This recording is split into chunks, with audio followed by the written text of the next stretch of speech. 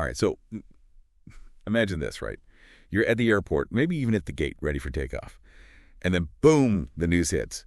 Heathrow, this major global travel hub, it just stops, completely shuts down. Yeah, total standstill. Flights stuck on the tarmac, some even turning back in midair.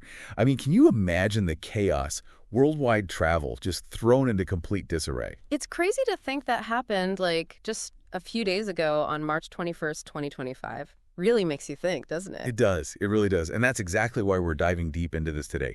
We're going to unpack what happened at Heathrow, why it caused such a massive ripple effect, and what it tells us about, how strong our ascension systems really are. Like, how vulnerable are we to these kinds of disruptions? Exactly. We've gone through all the news reports, the initial findings, and we're bringing you the key insights. So, no need to wade through all the noise yourself? Exactly. We're cutting through the clutter. So let's start with the initial trigger, the root of the problem. And it wasn't actually at Heathrow itself. It was a few miles away at this place called the North Hyde Electricity Substation in Hayes. Okay, so off-site. But what happened there? A major fire, and not just a small one. This was a serious fire that broke out in one of their transformers. Transformers, those things are usually pretty robust, aren't they? You'd think so, right? Yeah. But this fire, it started around midnight Thursday into Friday, March 20th, turning into the 21st. And it was in a transformer filled with 25,000 liters of cooling oil. That's huge. Wow, 25,000 liters. No wonder it caused such a problem. And get this, the CEO of National Grid, John Pettigrew, he's been in the energy sector for over 30 years. He called this fire unique and unprecedented. Really? In 30 years, he's never seen anything like it? Never. He said he couldn't recall a transformer failing to this extent in his entire career. Okay, so we're talking a serious event. Definitely. But here's the thing. The fire, it didn't just damage the initial transformer. Yeah. It was so intense that it actually knocked out all 3 transformers at the substation, including the backup. Wow. So even the fail-safe system failed. Exactly. I mean, that raises some serious questions, right? What could cause such a catastrophic failure? What are the chances? I mean, it makes you wonder if it was just an accident. Now, initially, the British police were pretty quick to say they didn't suspect foul play. And they handed the investigation over to the London Fire Brigade, who were treating it as non-suspicious. But, and this is important, the investigation is still ongoing. Right, so they haven't completely ruled anything out yet. Exactly. And think about it. With everything going on in the world right now, people's minds immediately jump to certain conclusions. Yeah, in this day and age, it's hard not to think about those things. It is. Yeah. And it's worth pointing out that a British official specifically told NBC News there was no indication of Russian involvement. I mean, why even mention that unless someone was thinking it? It's definitely an attempt to get ahead of the rumors and speculation. Absolutely. But for now, let's focus on what this meant for anyone who was trying to travel through Heathrow that day. So picture this. Complete airport shutdown for like 18 hours straight. 18 hours? That's almost a whole day. I know. Friday, March 21st. Heathrow, one of the busiest airports in the world, went dark. No flights coming in, no flights going out. I can't even begin to imagine the logistical nightmare. Over 1,000 flights grounded. Another 100 or so already in the air, diverted or forced to turn back. A ripple effect felt across the globe. Yeah, and not to mention the financial impact. Airlines hit with massive costs, estimated to be somewhere between 60 and 70 million pounds. Think about it. Grounded planes, rerouting fees, taking care of all those stranded passengers. Those poor passengers stuck who knows where. Thousands of people, their travel plans completely upended. And don't forget, Heathrow isn't just a passenger airport. It's a major cargo hub, too. So we're talking millions of pounds worth of goods stuck in transit. Wow, the economic impact of this is huge. It is. But it gets even more complicated.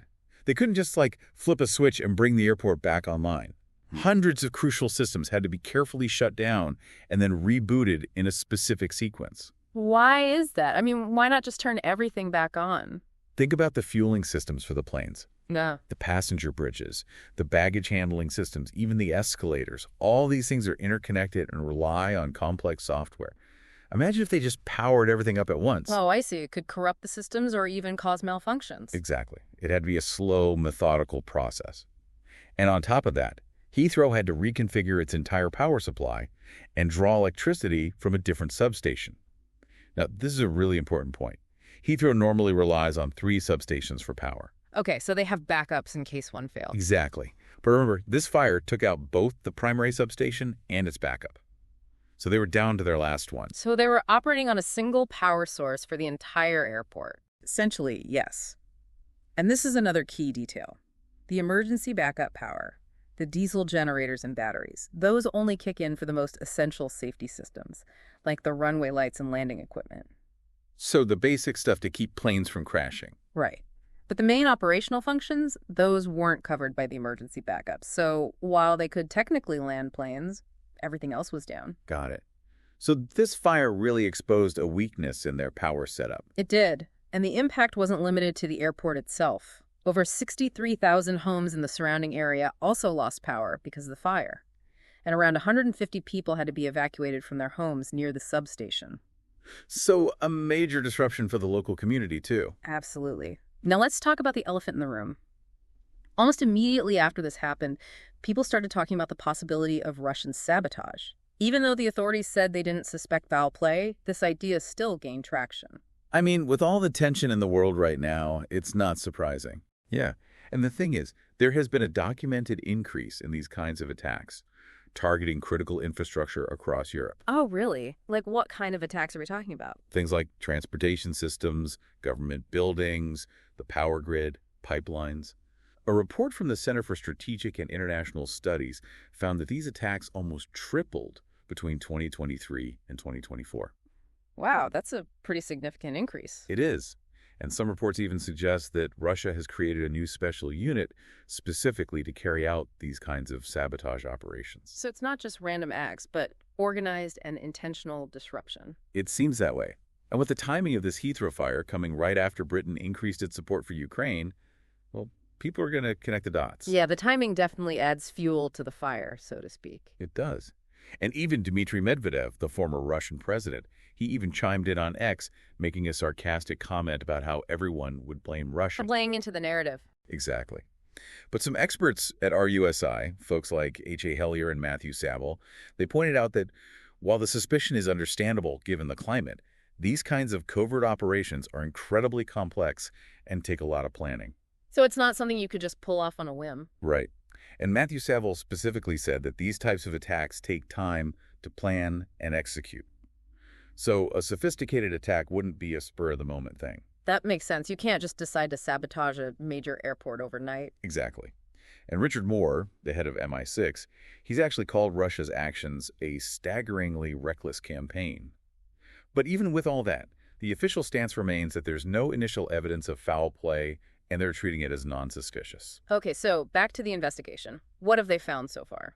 Well, that's where things get interesting. National Grid, the folks responsible for the power grid, their CEO, John Pettigrew, he said that Heathrow had enough power from the two other operational substations throughout the entire incident. Wait, so there was enough power available the whole time? That's what he's saying. Which raises the question, why was the entire airport shut down for so long if there was power available? Yeah, that doesn't add up. It doesn't. Pettigrew, he kept stressing that this fire was unique and unprecedented, and that their system has a high level of resilience. He basically said each substation is capable of powering Heathrow on its own. So the power grid itself wasn't the issue. Right. Now, just to clarify, National Grid is responsible for the high-voltage transmission network. But there's another company, SSEN, that manages the local distribution network, the part that directly feeds into Heathrow. Okay, so two different companies involved in the power supply chain. Could that have contributed to the confusion? Possibly. Different companies, different priorities, maybe communication breakdowns, something to consider. It is. And Pettigrew also said that they haven't completely ruled out third-party involvement. But again, no evidence of foul play so far. He just kept repeating that he'd never seen such a catastrophic transformer failure in his entire career. So very unusual event, no matter how you look at it. Right. But if National Grid is saying there was enough power, then what was Heathrow's excuse for shutting everything down for so long? Well, they say they had to safely power down and then systematically reboot hundreds of critical systems throughout the entire airport. I can only imagine how complex that would be for an airport the size of Heathrow. It's mind-boggling. Yeah. Their CEO, Thomas Woldby, he described it as a significant challenge due to the size and operational complexity. He even said that maybe they need a different level of resilience if we cannot trust that the grid around us is working the way it should. So maybe rethinking their reliance on the external power grid? Possibly. He said their goal was to reopen as soon as safely and practically possible, but that they had to prioritize safety and make sure everything was working correctly. A tough call, for sure. It is. And of course, this whole mess triggered a whole bunch of reactions and investigations. The government immediately ordered a 6-week investigation led by the National Energy System Operator, or NESO, the folks who oversee the national electricity grid. So a full-blown investigation to figure out what went wrong. Yep. And Heathrow's doing their own internal review, too, led by former Transport Secretary Ruth Kelly. The current Transport Secretary, Heidi Alexander, she said she'll be looking at Heathrow's report closely and will take action based on their findings. So the government is definitely taking this seriously. Oh, yeah. Prime Minister Keir Starmer, he even said he was deeply concerned and that questions need to be answered. And Chancellor Rachel Reeves, she brought up the need for increased airport capacity, suggesting that this incident highlights the importance of having more options. Interesting point. Maybe this will lead to some infrastructure improvement. Maybe. But the airlines, they were not happy. Like, at all. They were furious and questioned why the shutdown had to go on for so long. Willie Walsh, the head of IATA, the International Air Transport Association, he called it a clear planning failure on Heathrow's part. Yeah, that's a pretty harsh criticism. It is. And the airlines specifically wanted to know why all 4 terminals had to be closed for so long. Simon Gallagher, a consultant in UK network services, he even asked why Heathrow didn't have more robust backup systems like the ones you see in data centers. Good point.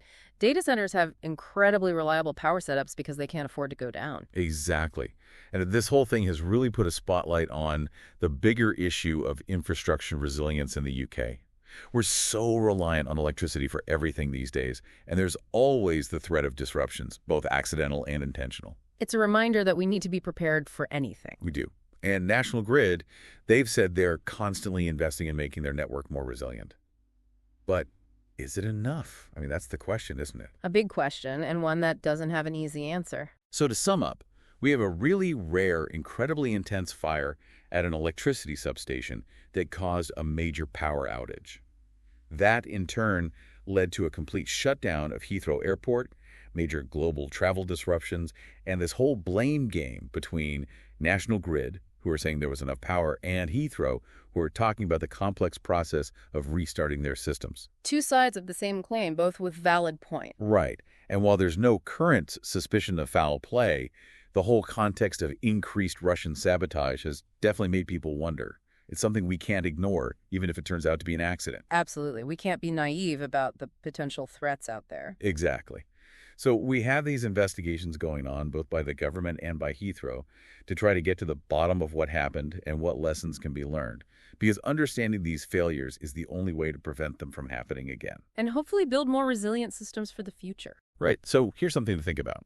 We rely so heavily on critical infrastructure like airports, and there's always the risk of something going wrong, whether it's an accident or a deliberate attack. So what level of redundancy, what level of backup do we need to have in place to make sure these systems can keep running? And who's ultimately responsible for ensuring that level of preparedness? It's a question that goes beyond just Heathrow. It's about the security and stability of our entire interconnected world. Something to ponder, isn't it? It is. It's a reminder that we can't take these things for granted. We can't. All right, that's all the time we have for today's deep dive. Thanks for joining us. We'll be back soon to unpack another complex event and help you understand what it all means. Until then, stay informed and stay curious.